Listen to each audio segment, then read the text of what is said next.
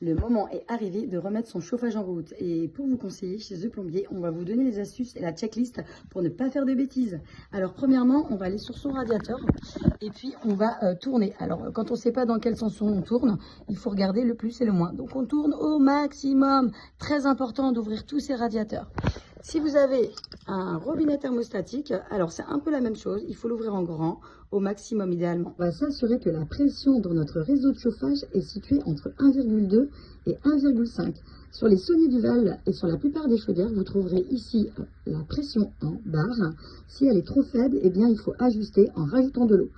Ici, sur le modèle de chaudière, on trouvera le manomètre dessous. Vous voyez, il est un peu bas, il est temps de remettre de l'eau. Allez, je vous montre comment faire.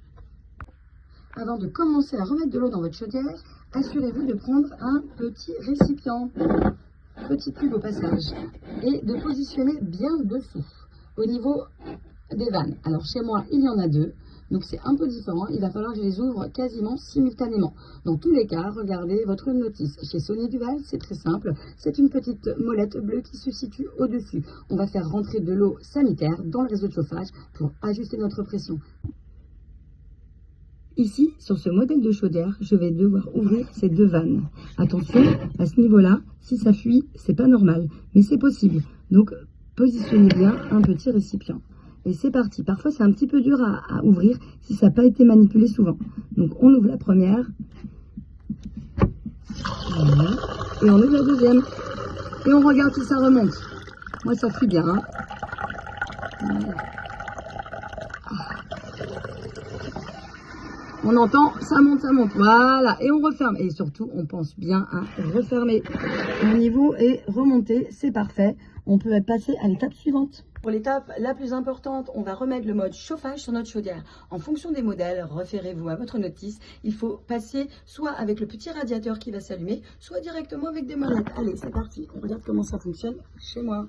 Donc, on peut apercevoir que je suis bien en mode chauffage sanitaire. Ici, je ne suis que avec le petit robinet sanitaire, ici que le chauffage, et ici, j'ai bien les deux. On vérifie que la température dans le réseau de mes radiateurs est bien au moins 65 degrés. Et c'est parti! Si vous avez un thermostat d'ambiance dans votre pièce à vivre ou dans votre salon cuisine, il est essentiel de vérifier les piles chaque année. Parce que même si on a l'impression que ça fonctionne, l'énergie qui est consommée pour aller de votre boîtier jusqu'à la chaudière nécessite quand même pas mal d'énergie. Donc, on vérifie systématiquement. Et même si on a l'impression que ça fonctionne, moi personnellement, je préfère utiliser un petit objet qui me permet de voir tout de suite s'il y a de la batterie. Et a priori, on est pas mal. C'est reparti. On remet tout en place. On va sur son application si c'est connecté. Ou sinon, on va directement sur son boîtier. Et on n'oublie pas de reprogrammer si nécessaire. On y est presque, c'est parti pour la dernière étape. On va aller vérifier dans nos radiateurs s'il y a de l'air. Ça s'appelle purger les radiateurs. Alors si comme moi, aujourd'hui, vous n'avez que des tournevis cruciformes, et bien là, je me suis dotée d'un petit couteau suisse. Ça fera l'affaire. On récupère notre petite tasse et une petite publicité au passage. Et c'est parti pour la purge. Il suffit de tourner délicatement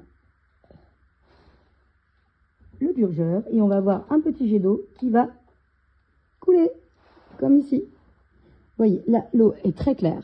Si l'eau est très foncée, parlez-en à votre chauffagiste. Et on referme. Ah, qu'est-ce qui fait bon à la maison. Et en plus, j'ai le chauffage. C'est formidable. Ah. Non mais attends, combien je lis 21 degrés. Non mais ça va pas à la tête.